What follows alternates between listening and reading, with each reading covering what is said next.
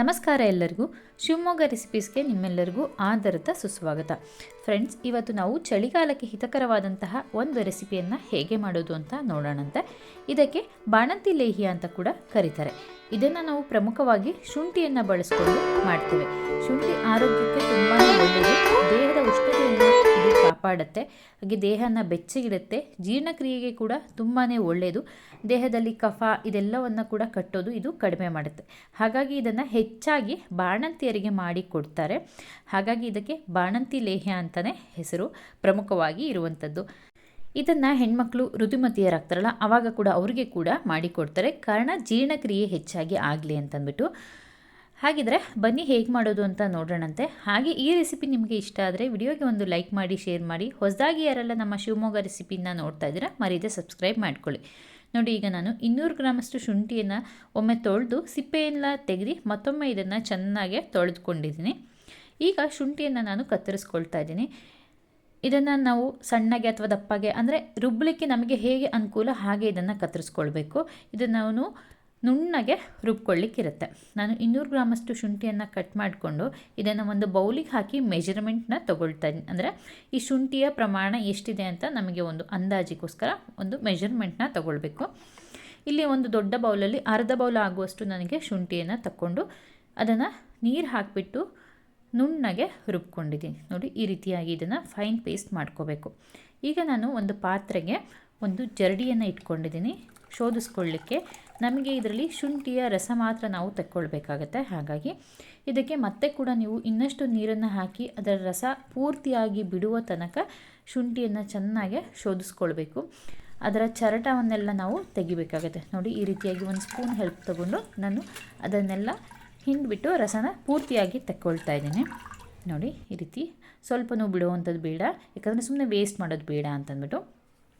ಆ ಚರಟ ಉಪಯೋಗಕ್ಕೆ ಬರಲ್ಲ, ಅದನ್ನು ಬಿಸಾಡಬೇಕಾಗತ್ತೆ. ಈಗ ಈ ಶುಂಠಿ ರಸನ ಒಂದು ಅರ್ಧ ಗಂಟೆ ಕಾಲ ಹಾಗೆ ಇಡಬೇಕು. ಇದರಲ್ಲಿ ಸುಣ್ಣದಂಶ ಇರುತ್ತೆ, ಅದು ಕಂಪ್ಲೀಟಾಗಿ ಹೋಗಿ ಕೆಳಗಡೆ ಕೂರಬೇಕು. ನೋಡಿ, ಅರ್ಧ ಗಂಟೆ ನಾನು ಇಟ್ಟಿದ್ದೆ. ಈಗ ಅದರ ಏನು ಸುಣ್ಣದಂಶ ಇರುತ್ತೆ ಅದು ಪೂರ್ತಿ ತಳಕ್ಕೆ ಹೋಗಿರುತ್ತೆ. ನಮಗೆ ಬರೀ ಶುಂಠಿ ರಸ ಮಾತ್ರ ಸಿಗುತ್ತೆ. ಈ ರೀತಿಯಾಗಿ ನಾನು ಸೆಪ್ರೇಟ್ ಒಂದು ಬೌಲಿಗೆ ಅದನ್ನು ಶುಂಠಿ ರಸವನ್ನು ಬಗ್ಗಿಸ್ಕೊಳ್ತಾ ಇದ್ದೀನಿ.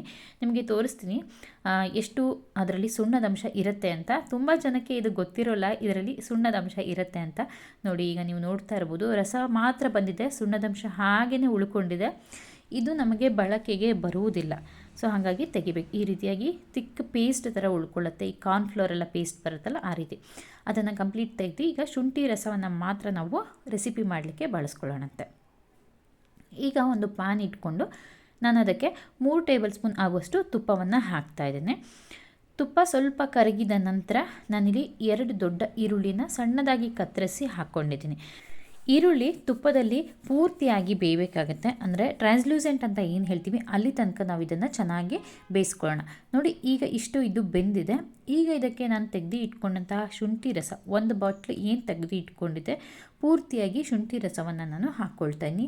ಹಾಕಿ ಒಮ್ಮೆ ಚೆನ್ನಾಗಿ ಮಿಕ್ಸ್ ಮಾಡಿ ಇದನ್ನು ಹಾಗೆಯೇ ಕುದಿಲಿಕ್ಕೆ ಇಡೋಣ.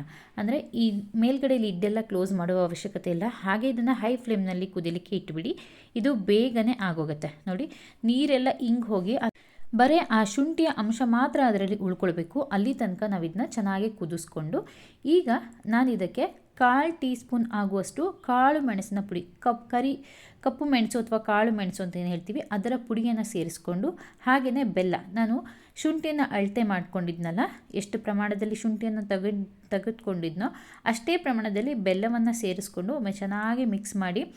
ಈಗ ಬೆಲ್ಲ ಆ ಬಿಸಿಗೆ ಕರಗ್ತಾ ಬರುತ್ತೆ. ಈ ರೀತಿ ಚೆನ್ನಾಗಿ ಬೆಲ್ಲ ಕರಗಿದ ಮೇಲೆ ಅದನ್ನ ಹಾಗೆ ನಾವು ತಿರುಗಿಸ್ತಾ ಬೇಯಿಸ್ಕೊಳ್ಬೇಕು. ಸೊ ಅದರಲ್ಲಿ ತುಪ್ಪ ನಾವು ಏನು ಹಾಕಿದ್ವಿ ಅದು ಕಂಪ್ಲೀಟ್ ಬಿಟ್ಟು ಬರಬೇಕು, ಅಲ್ಲಿ ತನಕ ನಾವು ಅದನ್ನ ಬೇಯಿಸ್ಕೋಬೇಕಾಗತ್ತೆ. ಈಗ ಈ ರೀತಿಯಾಗಿ ಬೇಯಿಸ್ಕೊಂಡಾಗ ಈ ಲೇಹ್ಯವನ್ನು ನಾವು ತುಂಬ ದಿವಸಗಳ ಕಾಲ ಇಡ್ಬೋದು, ಕೆಡೋದು ಆ ಥರ ಎಲ್ಲ ಏನೂ ಆಗೋದಿಲ್ಲ. ಈ ರೀತಿ ಕಂಪ್ಲೀಟಾಗಿ ಇದು ಬೆಲ್ಲದಲ್ಲಿರುವ ಕೂಡ ನೀರಿನಂಶ ಕೂಡ ಹೊರಟು ಹೋಗಿ ಈ ರೀತಿ ಪೇಸ್ಟ್ ಥರ ಒಂದು ಹಲವಾರು ರೀತಿ ಟೆಕ್ಸ್ಚರ್ ಏನು ಬರುತ್ತೆ ಇಷ್ಟು ಆದರೆ ಸಾಕಾಗುತ್ತೆ. ಈಗ ಲೇಹ್ಯ ರೆಡಿಯಾಗಿದೆ ಅಂತಂದ್ಬಿಟ್ಟು ನಾನು ಗ್ಯಾಸ್ ಆಫ್ ಮಾಡಿಬಿಟ್ಟು ಇದನ್ನ ಸ್ವಲ್ಪ ತಣ್ಣಗಾಗಲಿಕ್ಕೆ ಬಿಟ್ಟು ಅದನ್ನು ಒಂದು ಬೌಲ್ಗೆ ತೆಗಿತಾ ಇದ್ದೀನಿ. ನೀವು ನೋಡ್ತಿರ್ಬೋದು ಆ ಲೇಹ್ಯ ಎಷ್ಟು ಚೆನ್ನಾಗಿ ಕಾಣಿಸುತ್ತೆ, ಫುಲ್ಲು ಸಿಲ್ಕಿಯಾಗಿ ಕಾಣಿಸ್ತಿರುತ್ತೆ. ಹಾಗೆ ಇದರಿಂದ ಒಳ್ಳೆ ಪರಿಮಳ ಕೂಡ ಬರುತ್ತೆ. ತುಂಬಾ ಸುಲಭ ಮಾಡೋದು, ಹಾಗೆ ಆರೋಗ್ಯಕ್ಕೆ ಕೂಡ ತುಂಬಾ ಒಳ್ಳೆಯದು. ಈಗ ನೋಡಿ ಈ ಲೇಹವನ್ನು ಹೇಗೆ ಅಂದರೆ ತಿಂಡಿ ಆದಮೇಲೆ ಅಥವಾ ಊಟ ಆದಮೇಲೆ ರಾತ್ರಿ ಊಟದ ನಂತರನೇ ಆಗಿರ್ಬೋದು, ಈ ರೀತಿ ಒಂದು ಅರ್ಧ ಸ್ಪೂನ್ ತಿಂದರೆ ಸಾಕು. ತುಂಬಾ ರುಚಿಯಾಗಿರುತ್ತೆ. ಖಂಡಿತ ಶುಂಠಿ ಹಾಕಿದ್ದೀವಿ ಅಂದ ಮಾತ್ರಕ್ಕೆ ಖಾರ ಆಗೋದು ಇಲ್ಲ, ಏನೂ ಆಗೋದಿಲ್ಲ. ಅಷ್ಟೇ ಅಲ್ಲದೆ ಇದನ್ನು ಮಕ್ಕಳಿಗೆ ಕೂಡ ಕೊಡ್ಬೋದು. ನೋಡಿ ಇದು ಪೂರ್ತಿಯಾಗಿ ತಣ್ಣಗಾದ್ಮೇಲೆ ಈ ರೀತಿ ಸ್ವಲ್ಪ ಗಟ್ಟಿಯಾಗುತ್ತೆ. ಮಕ್ಕಳಿಗೆ ಈ ರೀತಿ ಒಂದು ಸಣ್ಣ ಉಂಡೆಗಳನ್ನಾಗಿ ಮಾಡಿಕೊಟ್ರೆ ಖಂಡಿತ ಇಷ್ಟಪಟ್ಟು ತಿಂತಾರೆ. ಹಾಗೆ ಅವರ ಆರೋಗ್ಯಕ್ಕೂ ಕೂಡ ಈ ಚಳಿಗಾಲದಲ್ಲಿ ಇದು ತುಂಬಾ ಉತ್ತಮವಾದಂತಹ ಒಂದು ರೆಸಿಪಿ. ಎಸ್ ಫ್ರೆಂಡ್ಸ್, ನಾನು ಈ ವಿಡಿಯೋನ ಇಲ್ಲಿಗೆ ಎಂಡ್ ಮಾಡ್ತಾ ಇದ್ದೀನಿ. ಈ ರೆಸಿಪಿಯನ್ನು ಒಮ್ಮೆ ಟ್ರೈ ಮಾಡಿ ಹೇಗಿತ್ತು ಅಂತ ಅಂದ್ಬಿಟ್ಟು ಕಮೆಂಟ್ ಮಾಡಿ ತಿಳಿಸೋದನ್ನ ಮರಿಬೇಡಿ. Thanks for watching. ಧನ್ಯವಾದಗಳು.